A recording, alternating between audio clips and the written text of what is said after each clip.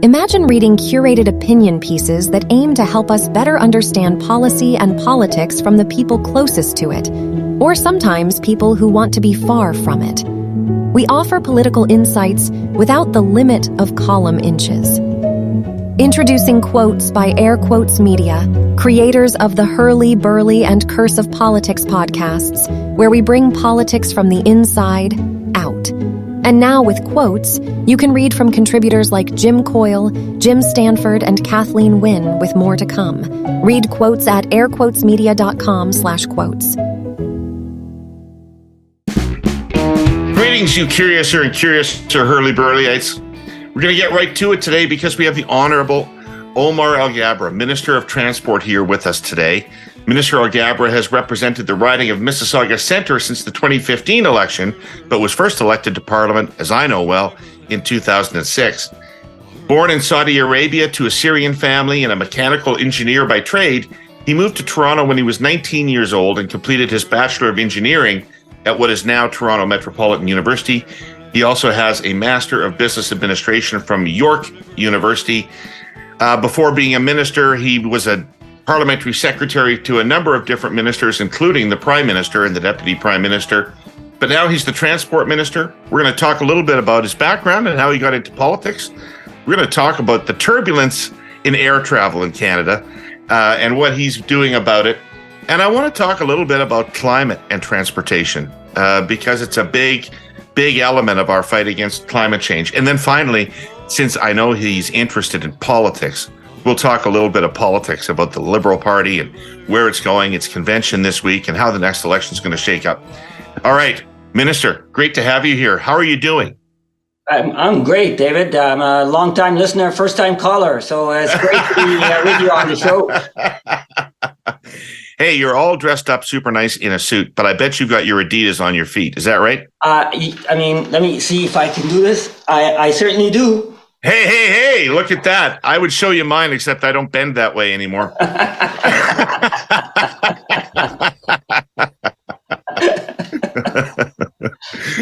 All right. I'm just glad you're interested in my wardrobe. Oh, well, you know, I love the Adidas. It's a funky look. I loved it when David Letterman did it in the 1980s. The suit and Adidas look. It's classic. Right. Look, it's about comfort. It started during the pandemic, and I never looked back. No, that's right. And you're always running. I'm always running. Always running. So let's talk a little bit about you, Omar. You're Syrian. You came to Canada to further your studies. Where'd you grow up? I grew up mostly in Saudi Arabia. I was born there. My dad was an expat working there. He was an architect working in construction in Saudi during the 60s and 70s oil boom. And I lived for about 3 years in Syria later on in my mid-teens, but I mostly grew up in Saudi Arabia on the East Coast in Dammam. You still have family in Syria, do you not? I do. My mom and my sister and her family. I have aunts and uncles who are still in Syria, yes. Aren't you worried about them all the time? Why don't they come here? All the time, yes, of course. I am. And you know, this being away from family never gets easier, but what happens is you just adjust to life circumstances and reality. But the fact that they are living in Syria, out of all places on earth, makes it a lot more complicated with psychological uncertainty and worries. But I know my mom probably is more worried about me than I am about her. Does she read the papers? Worse, she reads social media comments. She's on Twitter. I can't believe it.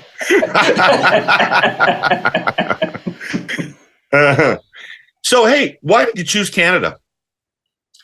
My cousin had come to Canada a year before me, and that provided some comfort for my family. And obviously, Canada was and still is known for its stability, for its quality of life. So my parents felt comfortable knowing that my cousin was here already. Okay. But you would have gone somewhere else had your cousin gone somewhere else? Potentially, this movie Sliding Doors, where a character in one story goes great. a subway sliding door, another, and I often think how many different moments in my life that it would have dramatically changed my life, and this would have been one of them for sure. Right, cool. Hey, were your parents politically inclined people, or did you get political after you came to Canada? I don't think anyone who lives in the Middle East is not politically inclined.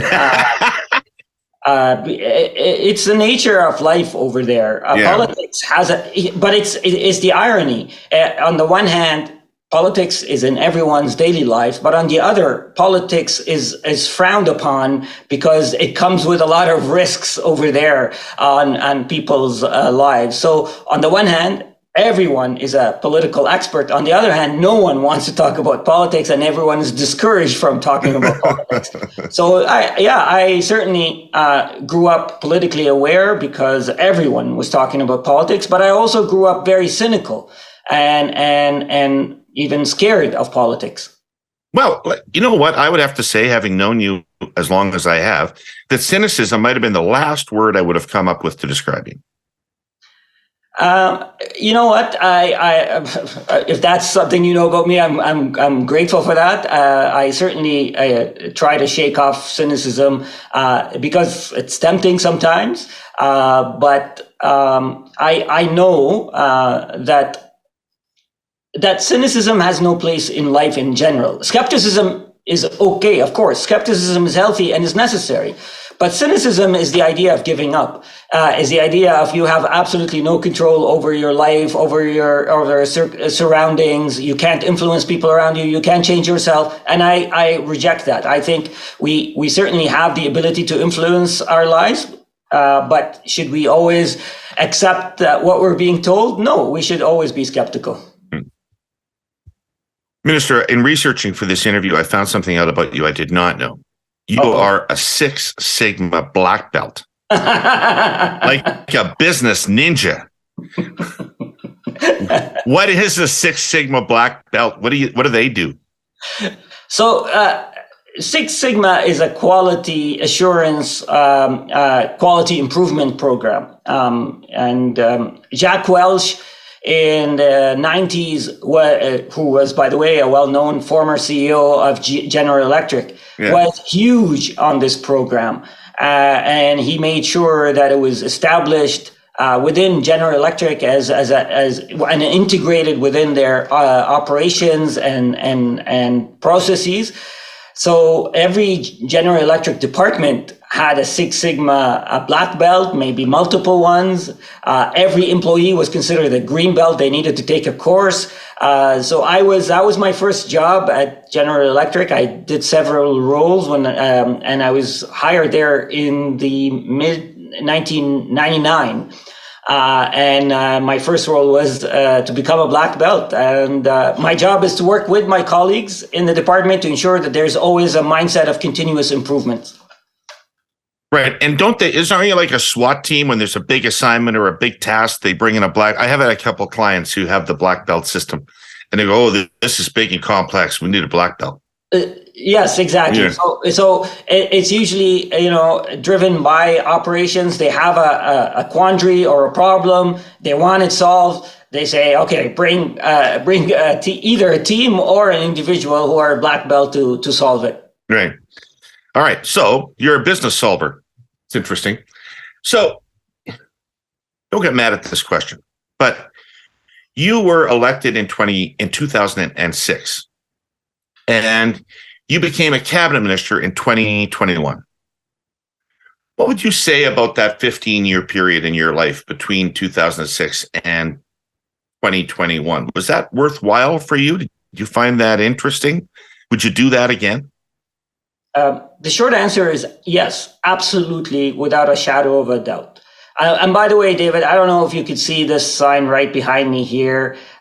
This is my election sign from, it's not very clear, from 2006, my first campaign. and it says Paul Martin Liberals on it. This to remind me of my first general election. The sign before it is my nomination sign when I was competing for the nomination. I'm glad you have that up because you were carried to victory by a staggeringly successful central campaign. I think you do enough criticism of that campaign. I won't. But you know what? I love it.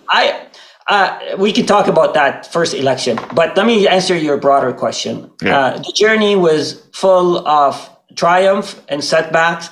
I lost 2 elections. I received a lot of personal attacks. Losing election is humiliating, to be honest. I know people always tell us, don't take it personal. It's not personal. And I know it's true. It's not personal. But it is your name on the ballot. And you cannot help but feel rejected.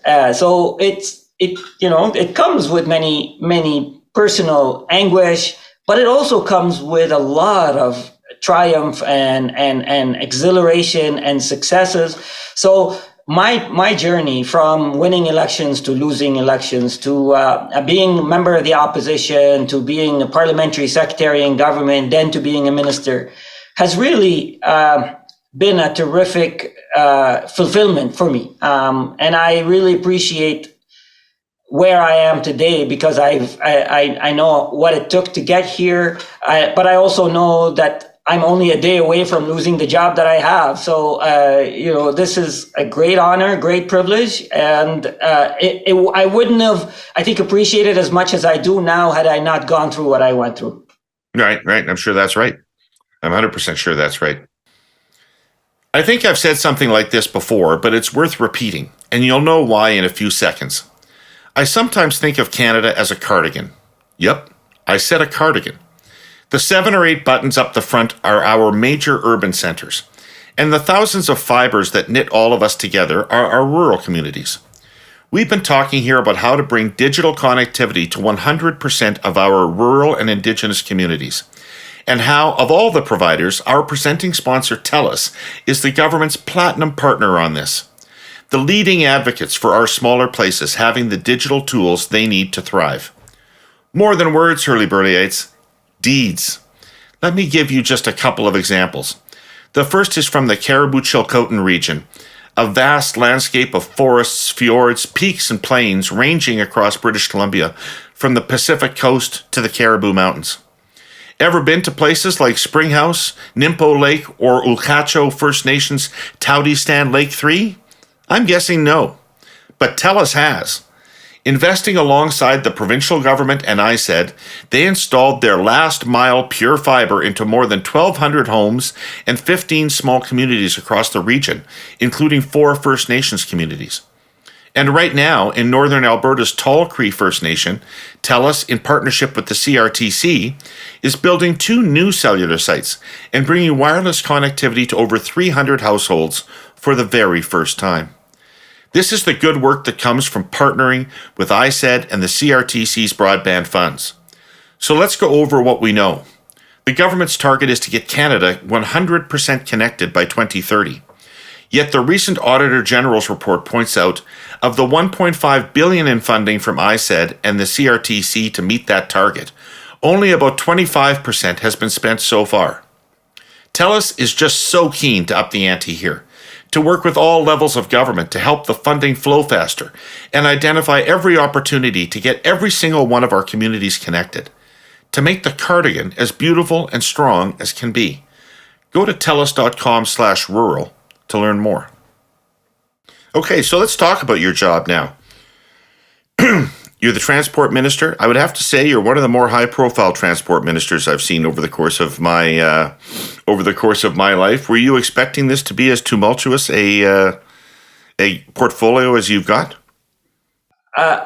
David, while of course I would lie if I said I never wanted to be a minister. Of course I wanted to be a minister, but I realized I didn't really know what I was getting myself into until I got myself into it. And I think there's another reason for why the profile that I received over the last couple of years is because of COVID. I got appointed as Minister of Transport at the height of COVID, where transport was at the intersection of so many critical policy files, whether it was COVID and whether it was supply chain challenges, whether it's air sector challenges and recovery. So I found myself to be at the nexus of so many complicated files that impact the lives of people every day, that impact businesses every day. And with that came, and I shouldn't forget the convoy, of course. And I was also part of the cabinet team that had to deal with the challenges that the convoy imposed on our supply chains. So all that led to, for me, having to answer many questions that the public wanted answered, that the media wanted answered, and I ended up, receiving a lot of attention. Yes, you have. Yes, you have. So since you brought it up, I don't think, Corey tonight always says on the Curse of Politics, nobody wants to talk about the COVID period anymore, and I think that's substantially correct. But since we raised it, when you look back on that period, is there anything you would do differently? First of all, I would love to forget the word COVID, but I can't. And not only is COVID still with us in a different form, obviously, but also the lingering impact that COVID has caused is still with us today. And while, I know the opposition, if we want to talk a little bit of politics, the opposition wants the public to forget that we had COVID and we're still dealing with COVID impact and want to blame government for all of these issues. We're still living with COVID. So it's not the impact that COVID has caused is still with us today, and we in government, I as a Minister of Transport, are having to deal with it every day today. Can you just expand on that, Minister? Because in the real world out on the street, it feels like COVID is so over. Nobody thinks it's a factor in our society anymore. How is it still affecting transport, air travel? Sure, and I understand why people have moved on, because we are no longer living with the public health policies that had an immediate impact on our lives. But when we shut down the economy because we didn't know how bad COVID was, and we saw the number of fatalities, and we really needed to protect the health of our population. When we shut down the economy, it turned out that shutting down the economy was a lot easier than turning it back on. And when you turn it back on gradually, and then you open it up, and we're having to deal to this day a remaining imbalance in our economy. All of previous economic phenomena that we've seen, most of them tended to be on the demand side. Most recessions tend to be on the demand side. What we saw with COVID and COVID lockdowns and the ramification of lockdowns had supply implications, where labor didn't fully return to the workplace. More people decided to retire very quickly. Some people decided to change career. We had also a change in demand behavior. People were buying different type of stuff. They were buying less services, more products. Now we're back into buying more services, less product. So supply chains implications, shortages of truck drivers, pilots, all of that is causing an imbalance to this day in our supply chains. And by the way, it's not just in government, it's not just in the air sector. Have you tried to buy a new car lately? Have you tried to buy a couch lately? The private sector is struggling with this to this day. We talked a lot on your show about passports, but it's not just, in fact, passports now, yes, has been interrupted by the strike, but have come back to where it used to be, the service standard. There's still many private businesses that are still struggling with the implication that COVID has had on our network. So yes, we are still living with the impact of COVID. And you asked me if I look back, would I have done things differently? I think that's a really good question. I think historians and public policy experts are gonna poke holes in. I look back at the time, we didn't know a lot of the stuff that we know today. except we knew that there were severe risks on public health. And we saw public health experts make recommendations that were extraordinary. I would have never imagined shutting down an economy or going in an airport where there were no travelers. Those were extraordinary measures, but in my mind, they were appropriate for the times that we were in, for the set of information that governments had to deal with. And it wasn't just the federal government, it was provincial governments, municipal governments, it was private institutions, it was governments around the world. So, of course, we're going to look back and say, were all decisions the right decisions? And I'm interested in these analyses, but I think at the time we did what was necessary. The airlines complain bitterly that there's no science behind the ban on air travel, Jenko. Or for not the ban, but the masking and vaccination requirements. I totally disagree. There was a lot of evidence about masking and vaccination. One thing I will agree with, though, is that COVID evolved and changed, and the impact of vaccination has also changed with the changes that we saw with COVID. So I agree that as we started seeing different strands of COVID, like Omicron and others, that the impact of the vaccine on transmission was questionable, and that's why our policies changed. But at the beginning, where the first version of the vaccine with the Delta COVID, it was proven that the vaccine had an impact to limit transmission. And again, it wasn't just the federal government saying this. It was provincial governments. People forget the rules not to go into a restaurant unless you had a vaccine. Passport was endorsed by provincial, in fact, implemented by provincial governments, by municipal governments, by universities. So again, at the time, it was the right decision based on the information that we had. Today, we know we have a different COVID and a different strands of vaccines. So that's why today we don't have these public health measures. Okay, cool. How did we end up with such dramatic shortages of CATSA personnel at the worst of the tumult in the air industry? What had happened to the staff? Well, a significant portion of the staff were laid off, like everyone else in the economy. Even though we had CATSA had kept many of the employees on, but it wasn't really clear when the recovery was going to start. And CATSA, like most other, especially the contractors that CATSA has, laid off many of their employees. And by the way, at the time, David, all economists who briefed me, including airline economists, predicted that the air sector was not going to recover very quickly.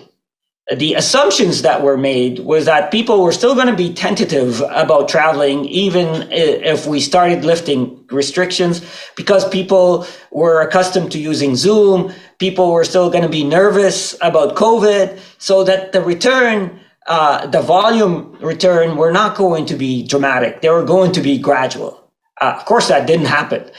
We saw a 300% increase in a period of 3 months that not only CATSA struggled with, airports, airlines around the world struggled with. So yes, many airline and air sector employees, including CATSA, were laid off. Some of them changed careers, by the way.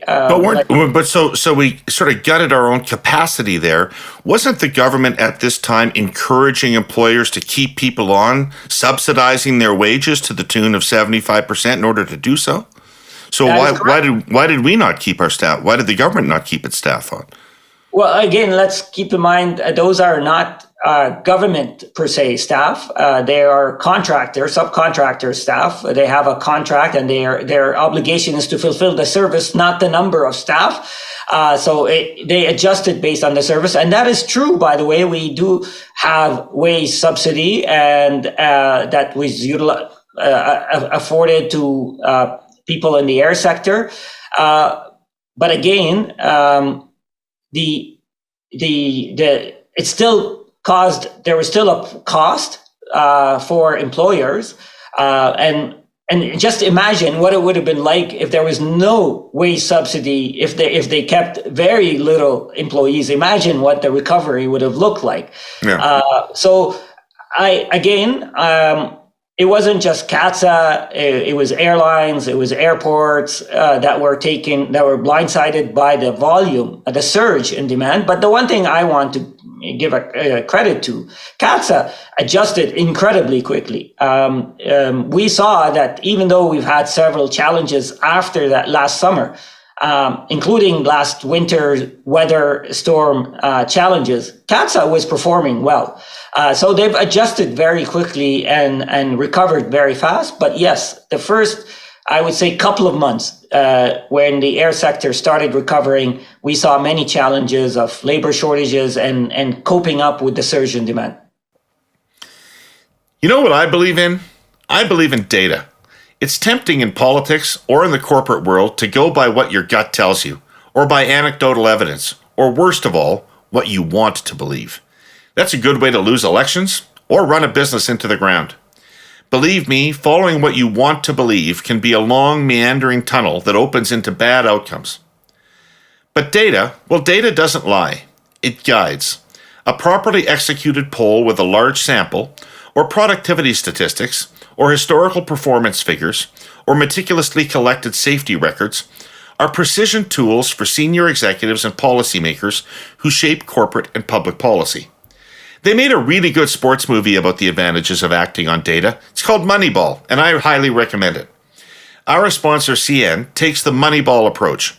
It harvests data from across its vast network every day, using it to sharpen and polish operational safety, punctuality, and efficiency. CN's data includes multiple cargo records set in just the past year. What's my point here? Well, the federal government has decided to impose new rules on the country's railways, and that change has nothing to do with data. Ottawa is implementing something called extended interswitching. As I've explained here, that would force railways to deliver cargo to each other, handing off to the competition, back and forth, perhaps multiple times, from origin to destination. You couldn't find a better business disincentive. I repeat, there is no data to support the policy. Quite the opposite. It may be pleasing to a certain political constituency, but data has shown it will cause serious cargo delays, increase costs to railways, burden most shippers, and ultimately drive up costs for consumers. We know that because it's been tried before. These are days of inflation, sticker shock for grocery shoppers, travelers, motorists, and homeowners. Why impose a regulation that will just make things more expensive? CN has a simple suggestion for our federal government. Follow the data. So one of the things that seems to have happened to the air travel industry is that your flight departing on time is a less reliable fact than it used to be. And flights seem to get canceled pretty frequently these days. You have brought out new protections for consumers in those circumstances. What have you done and why? Look, indeed, the air sector recovery has been facing challenges and for a variety of reasons. And I want to start by saying the air sector is highly interdependent. So when something happens in one sector, it impacts other sectors. But again, we first, as a government, introduced in 2019 the first ever air passenger bill of rights. And I'll start again by saying this principle. There is a significant imbalance between the power here, between the power that the passenger has compared to the airline that provides the service. In any other service industry, there is some recourse for the customer when it comes to their supplier. Even the ones that has less competition, like the telecommunication sector. There is still some power that the customer has. They can cancel their contract and go to another company. But once a passenger buys a ticket and is sitting on board that plane, they have no other recourse. They are stuck with that airline. If they lose their luggage, they have no other recourse but to depend on the airline to get them that luggage. So there is a role for government here to correct that imbalance and to ensure that passengers who paid for a service get that service. And if they don't receive the service that they're promised, that they're compensated for it. What the recovery of the air sector after COVID has shown us is that the current system that we have of air passenger rights was stress tested and exposed certain vulnerabilities in it. And I'll give you an example. In the current regime, airlines are not responsible for compensating their customer if the delay or the cancellation of the flight happens because of safety concerns, which is understandable. You shouldn't hold the airlines responsible for something that is outside of their control. Except we saw... Or incent them to fly unsafe planes. Or incentive to fly unsafe planes, exactly. But we saw on occasion that some airlines attribute labor shortage to safety concerns and therefore say we're not responsible for compensating our customers. I would argue that the airlines is responsible for ensuring that they have the adequate resources to fly that plane. When they sold the ticket. When they sold the ticket. And if they're unable to deliver that service because they can't provide enough labor, they should be responsible. I'm not saying they should fly that plane. Of course, they should not compromise safety, but they should still be responsible towards their customer for delaying or canceling that flight. So we're fixing that. We're reducing the number of exemptions that the airline can use as justification not to compensate a passenger. We're also shifting the burden of proof onto the airlines. In the current system, the passenger needs to provide proof why the airlines is responsible for compensating them. Now we're saying if the customer makes a complaint under a certain category, the airline needs to justify why they shouldn't compensate. We've also creating a new service standard. So yes, if there's a... It's the honor system, though, if I'm being correct. You actually don't know whether they didn't fly because they had a missing bolt from the engine or because they didn't have enough stewards. Well, that's why now the burden is shifting on the airlines. That's what it was before. Now we're going to be requiring the airlines to prove evidence if someone's flight is canceled and they complain, to provide evidence why it's really outside of their control. So it's not just take the airline's word for it. They need to provide evidence why it wasn't within their control. We're also providing a new service standard. So again, we're not holding airlines responsible for bad weather storms and snowstorms. But we're expecting them now in the new system to provide services, proper services for their customers who is waiting for the plane to take off. So like food, like access to telecommunications and internet. So now we're providing a new service standard. We're also clarifying the rules about luggage.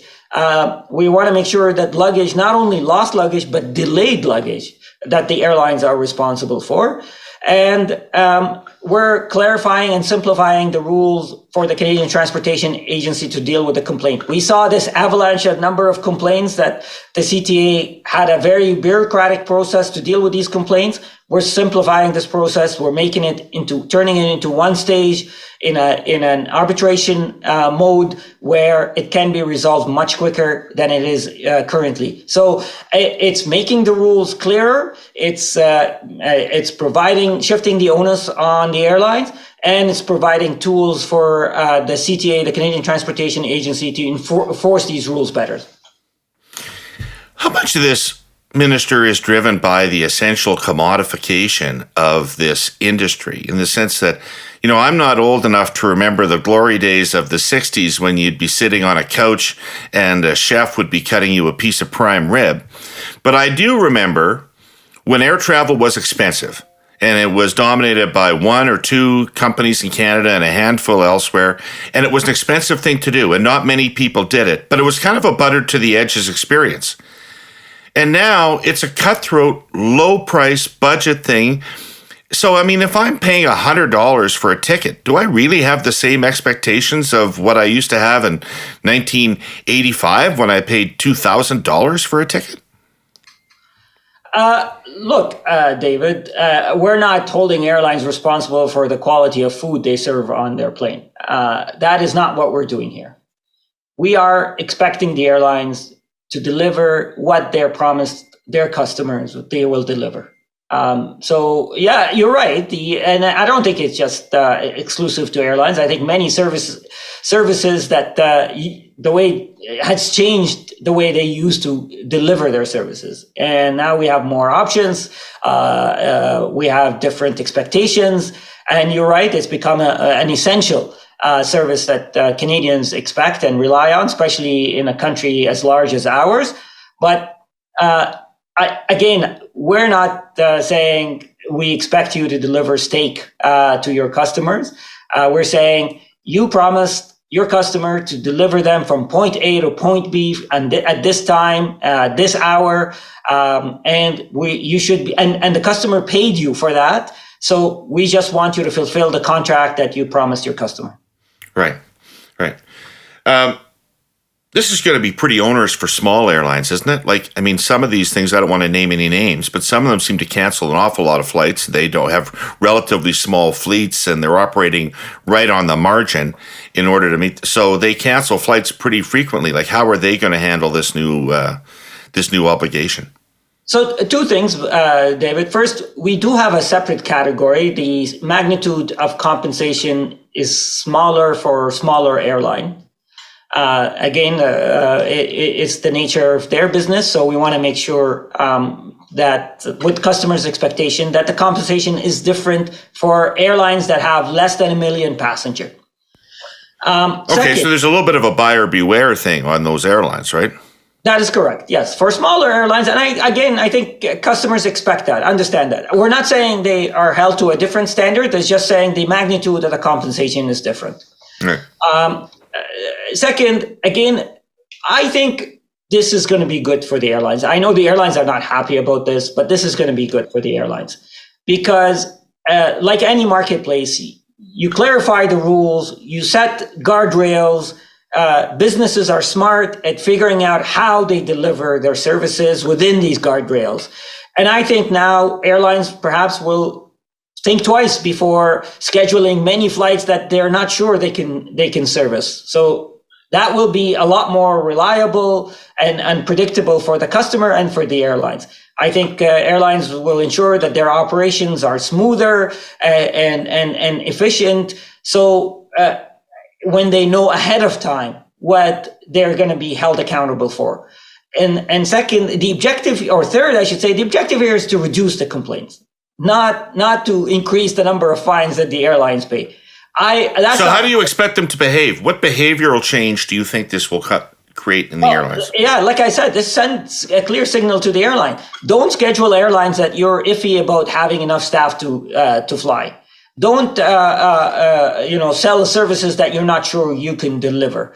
Again, you're not responsible for the weather. I respect and expect that. I understand that. And in fact, Canadians understand that. But you're responsible for delivering the operations you promised. So I think airlines will reconsider how they schedule their flights, how they operate their fleet, and I think it's going to be good for them and it's going to be good for passengers. Well, Herle Burly-ites, this confession may surprise you coming from a professional pollster, but I hated math in school. It's not that I wasn't good at it. In fact, I had a natural aptitude for numbers. It's just that math didn't interest me. Could never see why I'd need it. Well, now I do. Because finding a solution to climate change is, at its core, a math problem. Look at it this way. We need to get our carbon dioxide emissions down as close to zero as possible, fast, while subtracting carbon dioxide from the atmosphere.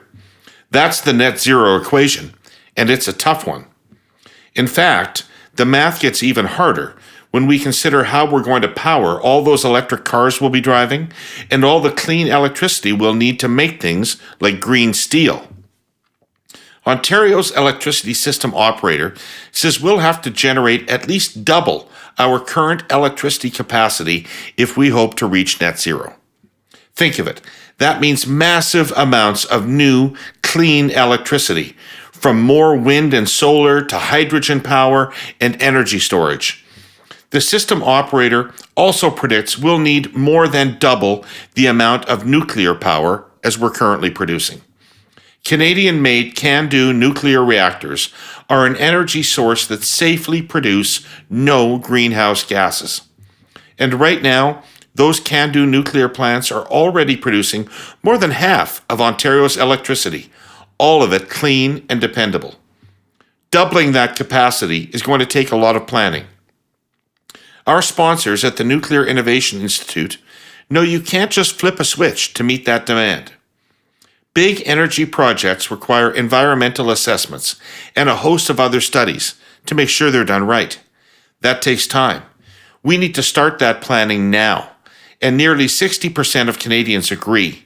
My polling shows that Canadians across the country support governments doing the environmental groundwork now, so we have the option to add more nuclear power later. Getting ready now is an approach that makes sense, and Canadians are sensible.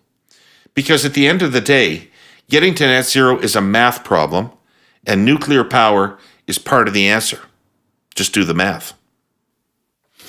You know, as I read the commentary throughout this entire period from the major airlines, WestJet and Air Canada, and their de facto spokesman, Duncan D., they consider you to be hostile to the airline industry. Are you?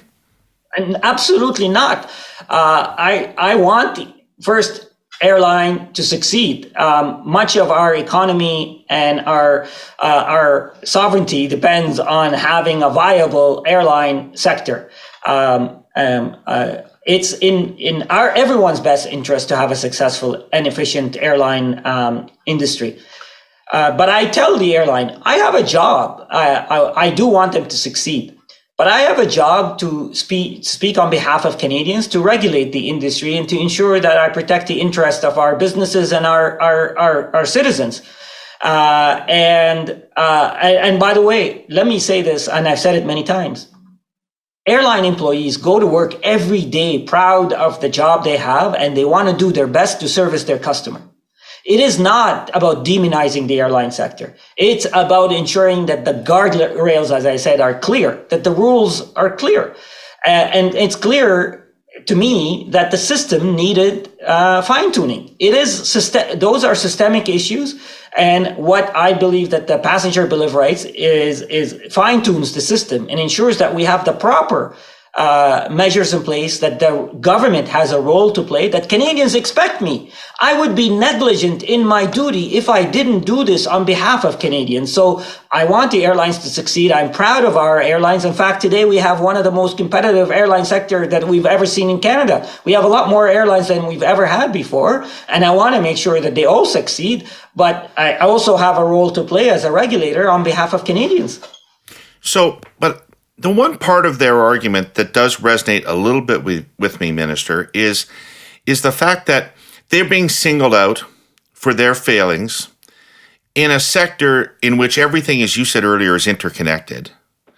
And so their success is somewhat dependent upon how good the government does its job and how good the airports do their jobs. And as I've been following the commentary about Pearson Airport, for example, in Toronto, they've been disastrously shitty at their job. They were, for a period of time, the worst airport in the entire world in terms of flights departing on time. So are you picking on the airlines when really there's other players that are also contributing to the problem here? Let me first agree and repeat what I said earlier. It is a systemic issue. It's a broader systemic issue that all needs to be addressed. So I reject the idea or the premise that I am exclusively picking on airlines. I want airlines to do well, but I'm also working with airports and NAV Canada and CATSA and CBSA and other agencies that are stakeholders of the sector. And what the budget, by the way, has announced is that now we're going to be requiring more data and information on the operations of all other stakeholders in the sector to hold them accountable, not just to government, but to each other. So I tell everyone who wants to listen from the airline that the Passenger Bill of Rights is one measure, part of a suite of measures that we're rolling out gradually, including reforms to the CTA. The airlines wanted to. Is there a big stick coming for the airports? So I'll share with you what the plan is. The budget now it gives the Minister of Transport authorities to require data and information from all stakeholders in the air sector, including airports. And the idea here is that, believe it or not, almost every stakeholder has their own information kept to themselves. Yes, they share some information, but not all relevant information. So now we're working towards creating a system that a lot of that information will be shared. And that what that will do, it will enable us to set a service standard for airports, for CATSA, for NAV Canada. And then the airline can enter into a commercial agreement. Airlines have contracts with airports, but right now, these contracts don't have service standard. When we provide these operation standards, that information, they will be able to include it in the contract. So they will have a service standard in the contract between the airlines and the airports, and the airlines then will be able to keep airports accountable. So that is the direction that we're moving towards. The airlines wanted to include airports, though, in the passenger bill of rights. And I explained to them that's not possible because the passenger bill of rights is about governing the transaction between the passenger and the airline. The passenger pays the airline. The airlines is accountable to the passenger for services that they control. Again, airlines are not going to be responsible for things that are outside of their control. That is just one part of a suite of measures that we've been rolling out and we will be rolling out in the coming months. So just one last thing on airports. What do you think about the governance structure of these things? As I watch this whole thing unfold, you have almost no control over the airports in Canada, yet you seem to get all the blame for what was going on at the airports in Canada. Everybody in Canada knows your name. Nobody knows Deborah Flint's name. So does it make sense that you have accountability for something over which you have no authority? Look, the way we set up these independent organizations in government, we set them up institutionally at an arm's length for good reasons. It's to avoid the politicization or rash decisions that could be at times made by politicians. And what we expect, we set up their own accountability. So they have their own board of directors that are appointed by governments and not just federal government, provincial. I didn't see any of those people stepping up to a mic. And that's why we are moving towards a system accountability, David. That's why this new idea of providing information that will enable us to create dashboards. Well, airports are going to have to share performance indicators with the public, with stakeholders to ensure that there is additional transparency, that there is additional accountability. I actually don't mind the idea of arm's length, but the tension that exists needs to be fine-tuned a bit between government and airports. There obviously is tension and we need to perhaps fine-tune it. But I also understand the wisdom behind an arm's length necessity for organizations like airports and ports to run. Okay, cool. One last COVID-related question, or air transport-related question. You didn't have anything to do with the design and procurement of the Arrivecan app, did you? No. Good. We'll just leave it there. Look, Arrivecan, years from now, we're going to look back and say, I'm glad for Arrivecan and the service that it offers customers, because there are going to be a lot more features of Arrivecan that will make the actual transaction a lot smoother and faster. But I understand why people were critical of it at the time. But I can assure you that years from now, we're going to say, oh, I'm glad we have Arrivecan. Oh, I have no issues with the app itself, but the procurement story behind it is indefensible and bizarre. And I don't expect you to comment on that. Okay, so I want to declare a clear conflict with you. As a listener, you know that CN Rail is a long-term sponsor of this program and supporter of this program. As I think it's only fair to get your reaction to some of the advertising that occurs on this podcast. And judging by their advertising, CN does not agree with your policy on extended interswitching. What are you doing here, and why? David, at the beginning of this interview, we talked about the supply chain challenges that we've experienced and continue to experience. Things are getting better today than they were a year ago. But what I did last year is I established a supply chain task force made up of industry leaders from across the country. And I asked them to provide me advice on what should the government do to help ease the pressure and the congestion that we are seeing throughout our supply chains. I'm very proud of the work that the task force has done in a very short period of time.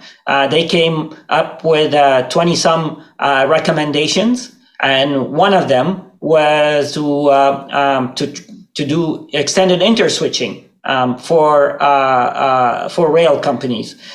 The concept here is that, look, we have two Canadian major companies who are providing services to shippers across the country. And understandably so. I mean, the infrastructure that is needed to have a freight rail company is massive, and it's I guess it's difficult to have a lot more than just two. But then the barriers to entry into that business are pretty extreme. Very, very high, very high. In fact, it took CN, as you know, was a government-owned organization because it needed government support to be built. Yeah. And by the way, I think it's ironic when in your ad, and I'm glad I wasn't going to leave the show without responding to the ads that you were running on your show, where you say, let the marketplace determine itself. I'm like, I would say, sure, but we don't really have a perfect marketplace here. We have only two players in the sector where everyone is saying we don't have enough competition, and there are questions about performances, about pricing, about challenges, about delivery, and then that's what the task force has heard from shippers, from farmers, from different industry stakeholders, and one of their recommendations was to try this interswitching, to enable customers to tell the rail company, no, I don't. I want you to actually transload that cargo to another rail company at a different point of view. That right now they don't have that option. So I want CN to carry the grain from Red Deer to Winnipeg, but CP has a better price from Winnipeg to Thunder Bay. So I'm going to switch it to CP at Winnipeg. Is that what you're suggesting?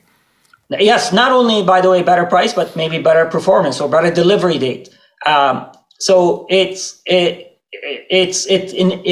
simulates competition, right? It stimulates competition further in a sector that doesn't have enough competition in it, and it encourages rail companies to think more creatively at servicing their customers. One of the recommendations of the task force was to do this, and again, it would be. I would not be fulfilling my duty if I didn't try this.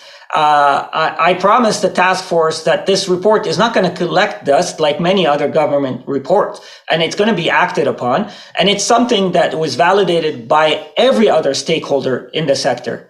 And no, the analogy you use in the ad is totally inaccurate. It's not asking a plane to land in Montreal on the way to Winnipeg. It's not the case. In fact, the plane wouldn't have to land anywhere else if the customer doesn't want it to land anywhere else. It is just giving the customer more choices, a little bit. Again, you talked about the imbalance of power. It's just giving them a little bit helping the shipper a bit to get them more power a bit. And it's a pilot. If the rail companies are accurate in what they're saying, that we don't need it, well, let's see how the pilot will prove that. Right. We're going to collect data, we're going to collect information and see how it works. And if it works for everyone, we might keep it. If it doesn't, we may not keep it. Interesting. Okay. It doesn't, I can see how it affects the competitive imbalance. It doesn't scream efficiency, though, if that's happening frequently. David, this is always a tension in the marketplace. Monopolistic powers always claim efficiency. The question is, does the customer see? Well, you agreed with Rogers. Well, again, there's that tension. There is that tension between, and we didn't fully agree with Rogers. In fact, we didn't let them keep the other cell company that they were that was initially part of the deal. So we did not agree fully with Rogers, and what we're saying here, there's a healthy tension between efficiency and competitiveness. Right. If we 100% depended on efficiency, then we would want monopoly in every element of our marketplace, which we don't. So I would argue that a healthy balance between efficiency and competition is always necessary. It's not often that you find labor and industry coming together, but that's the case for our sponsor Uber and their collaboration with the United Food and Commercial Workers of Canada. Why would the leading rideshare and delivery platform in Canada and one of the country's largest private sector unions work together, you may ask? The answer may surprise you, folks. The fact of the matter is that in 2023, there are no legislative frameworks in place that offer benefits and protections to gig workers like drivers and delivery people. Tired of the status quo, Uber and UFCW Canada sought a way to create a better future for app-based workers across the country. The landmark agreement they signed on January 27, 2022, outlines their commitment to over 100,000 drivers and delivery people on Uber. 89% of them support this agreement. What does this look like in action? When Wasim from Toronto got locked out of his Uber driver account after trying to add his new car, he didn't have to tackle this issue on his own. Wasim was able to contact UFCW, explained his situation, and a casework team member helped him get back on the Uber platform. Before the agreement, Wasim's story and hundreds like it would not have been possible. With the agreement in place, over 750 drivers and delivery people had access to representation when they needed it most. Learn more about the impact of this historic agreement for hundreds of people like Wasim at uber.com/UFCW Canada. I wouldn't be from Saskatchewan if I did not ask you, how's the grain transportation system performing this year? Look, the grain sector last year had a significant improvement in its output, and we saw, for the most part, great season for farmers, hoping for another great season this year. Rail companies, I want to give them a shout out. They're investing, they're upping their game, they're making sure that they're delivered. But again, if you talk to them, they'll tell you they're still anxious. They're not always happy with the performance of rail companies. And again, I do understand that there is always going to be this natural tension between customer and supplier.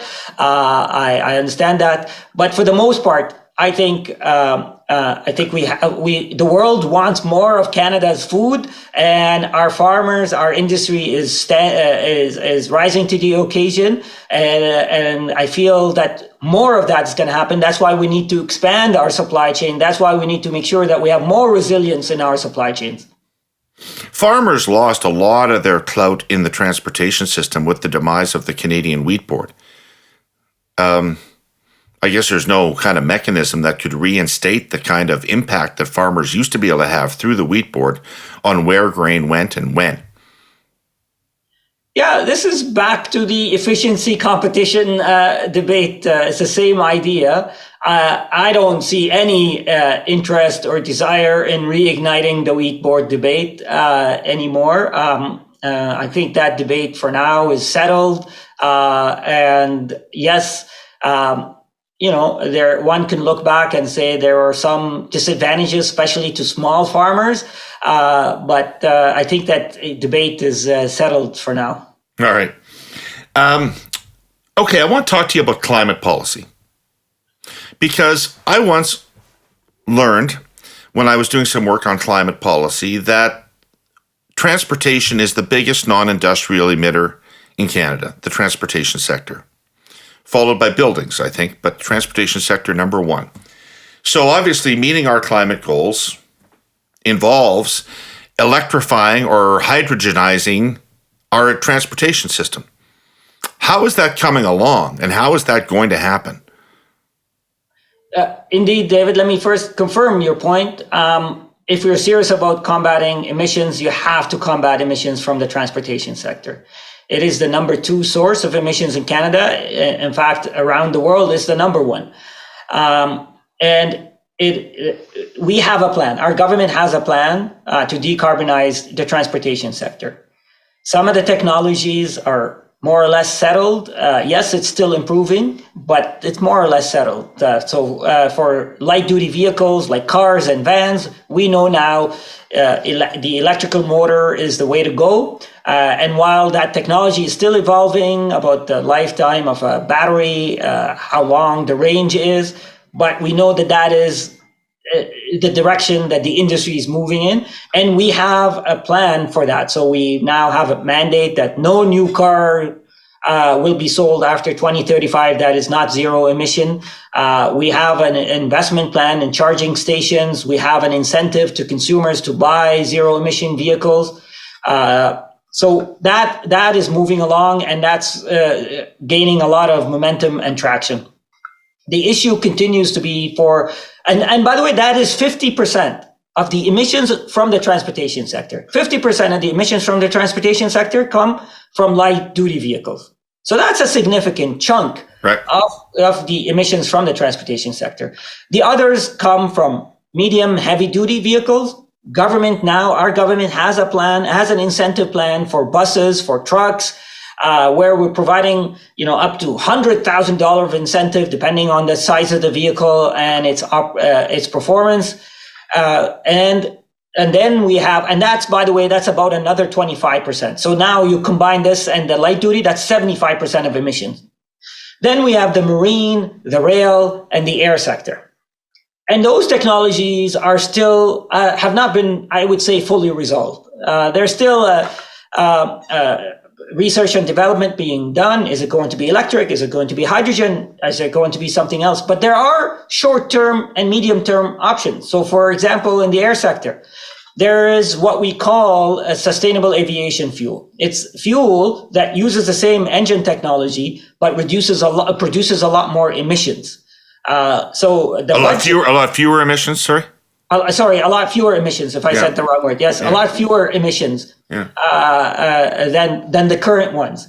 And the budget that was just released a few weeks ago had tax incentives for those who want to work on producing sustainable aviation fuel, also known as SAF.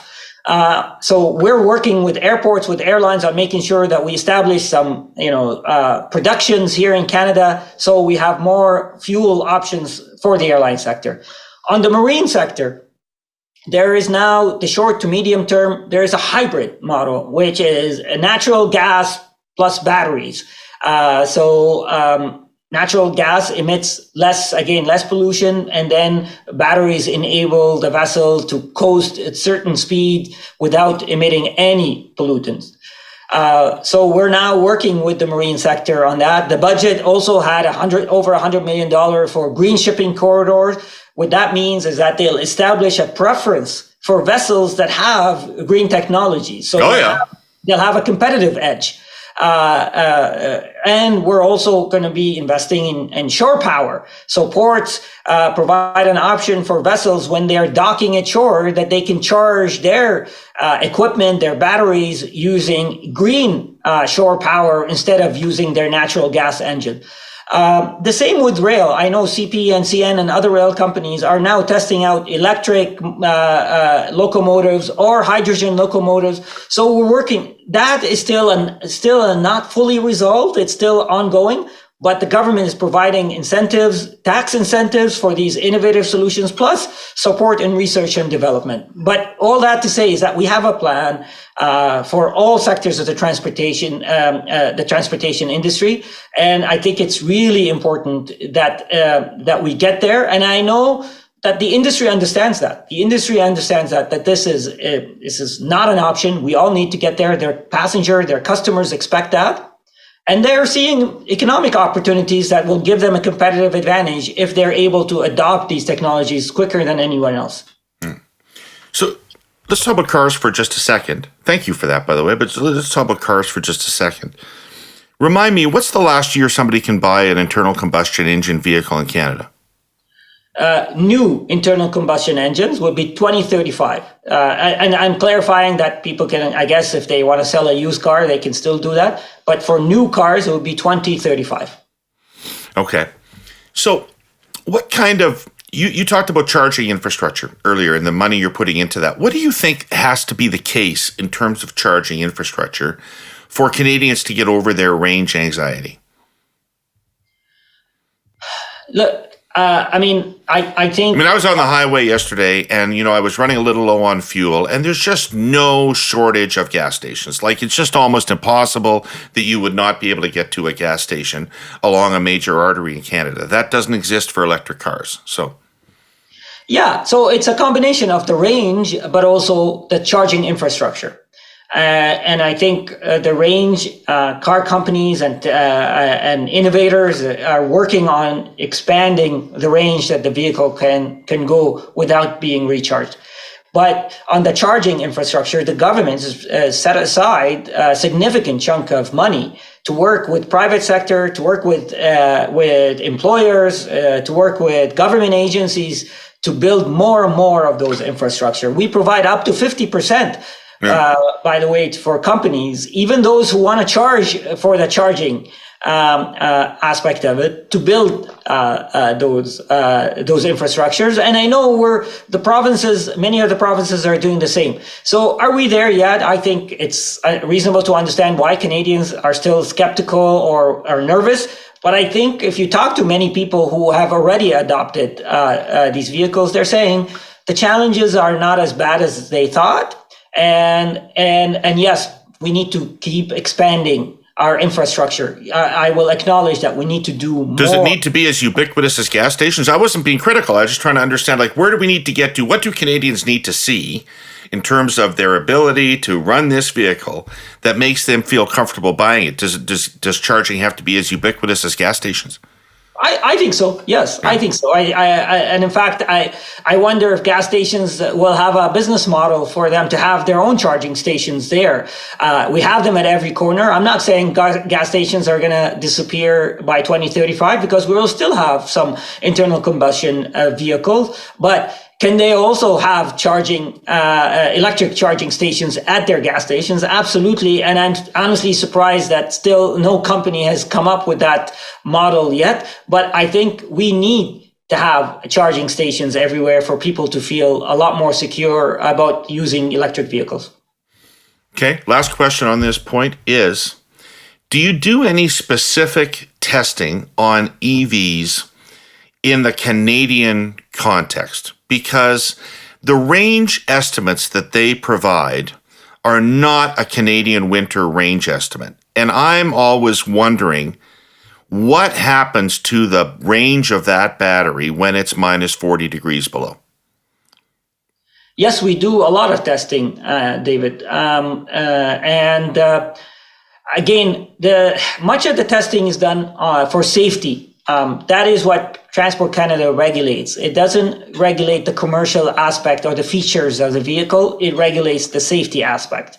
So we test the battery for safety purposes. Do we test it as well for performances? Yes, but do we hold the car company accountable for what they're saying? Not for the range that they're saying, and perhaps we need to do more on that. But the current regulatory framework is mostly for safety.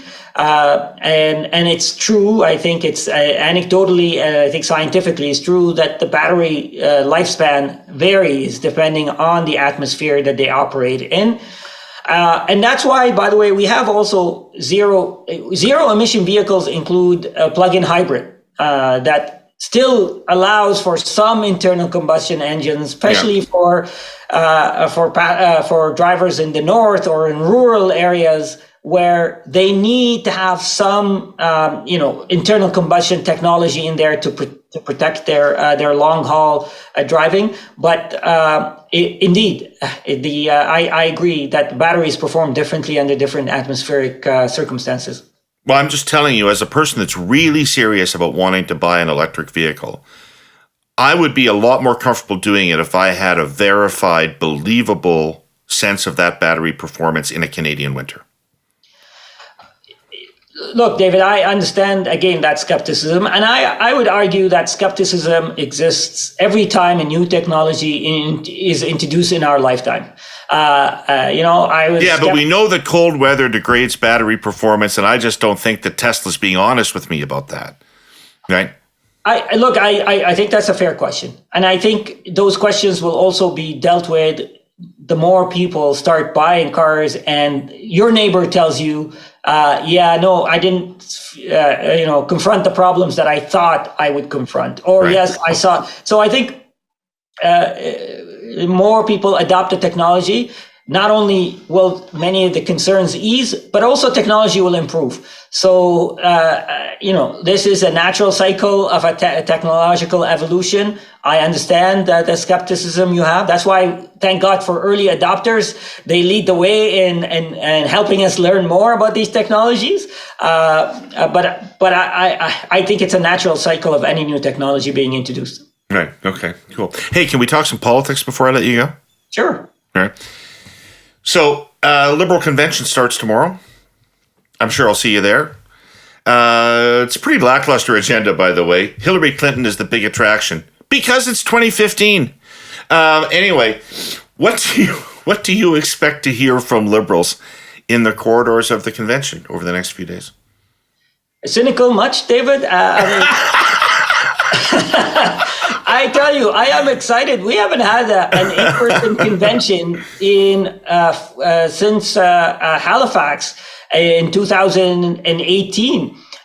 So COVID has separated us for a very long time. It's been 5 years since I've seen my fellow Liberals, and I'm really looking forward to it. I know many. I actually have a large delegation for my own riding that surprised me. I think we have close to 20 people coming just for my own riding.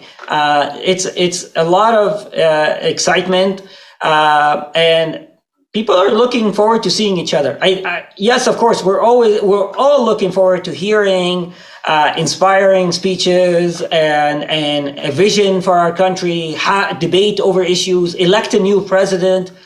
But there's another side that I think I'm most excited about is seeing people who I had not seen in years, reconnecting with friends, reconnecting with fellow Liberals, and recharging, talking about charging stations. This is going to be my charging station and the charging stations of many Liberals. So I'm actually feeling a lot of excitement, enthusiasm. I know I'm a Liberal. I know I'm biased, but this is a Liberal convention. It's designed for Liberals, and I think most Liberals are feeling the same way I'm feeling. All right. What do you want to hear from the leader of the party in his big speech? Let me just say, we talked about this, how, our opponents want Canadians to forget that we went through and continue to go through the toughest period in modern history. COVID and what COVID brought to us was unprecedented and extraordinary. And our critics want everybody to forget what the government under the leadership of Justin Trudeau and the Liberal Party has done for people at the moment of need. And in fact, they're trying to blame government for the challenges that we're facing today, which is ironic because if it wasn't for government, imagine what kind of challenges we would have faced during the COVID era.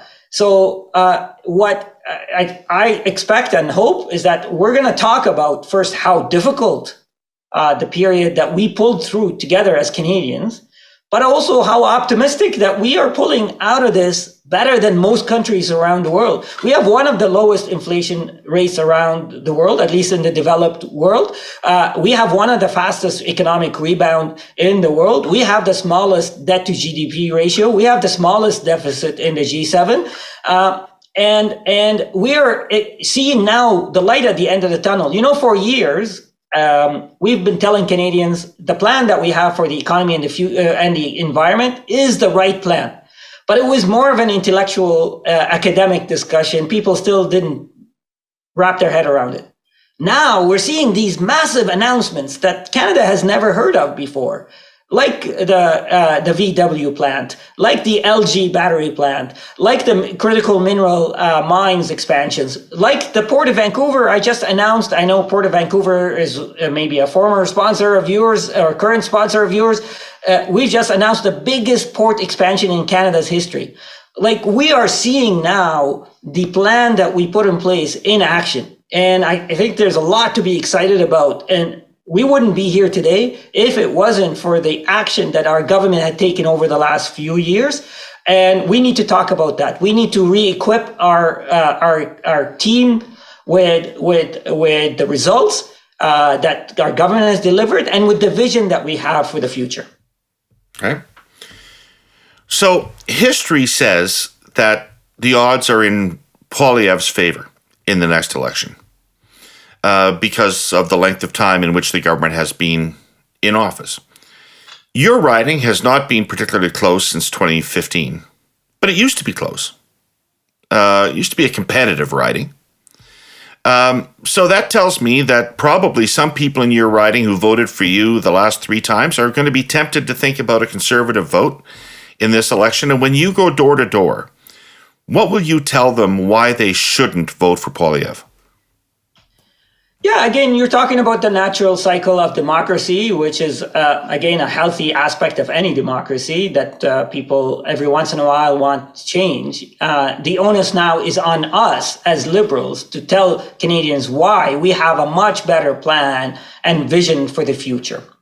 And as I said, I think Poilievre is setting it up as government is bad, and therefore you need a party that will move government out of the way. And all of a sudden, all of your problems will be solved. Now, I'm willing to take that fight on any day of the week. And I can understand why people are anxious today and nervous and also frustrated because of the period that we're going through, inflation, rising cost of living, housing costs. I understand. And those are, again, ramification of lingering or hangover of COVID phenomena. But, if it wasn't for government, what government has done, we would be in a much worse place where we are today. I know that's a difficult argument to make, but then I think the easier argument to make is that what will happen if government got out of the way? Who will protect air passengers if government got out of the way? Who will protect climate if government got out of the way? Who will protect children daycare if government got out of the way? That is the argument that I'm willing to take to every door in my riding and around the country. And by the way, who's going to protect GIS and CPP, the Canadian Pension Plan, for Canadians if government got out of the way? There is a role for government in society. I think Canadians support that, believe that. And if they scratch below the surface in what Poilievre is saying when he says government should get out of the way, they'll realize that's not the option that they want to take. And I'm willing to take that fight any day of the week. Excellent. Well, with that, Minister, I need to thank you for your time. You've stayed over along with us, and I really appreciate it. It's been a great conversation. And thank you for being a fan of the show and listening. I appreciate that. David, thank you again for the opportunity. I've always been a big fan. You personally have been part of my political journey. You may not appreciate what a big part you've been of my political journey, but not that I always agreed with you, but I always found your thoughts to be, thought-provoking and helpful. So I appreciate everything you've done, including providing mentorship without you knowing it to me. So it's a pleasure to be with you on your show. Oh, thank you, Minister. All right, take care. We'll see you around the halls of the Shaw Convention Centre. Look forward to it. Thanks. Bye. Oh, wait. I need to thank our presenting sponsor, TELUS, and our sponsor, CN Rail, the Nuclear Innovation Institute, and Uber. So thank you, everybody, for watching and listening. Thank you to the Minister, and we'll be back next week with more Herle Burly. In the meantime, take care of yourselves. Herle Burly.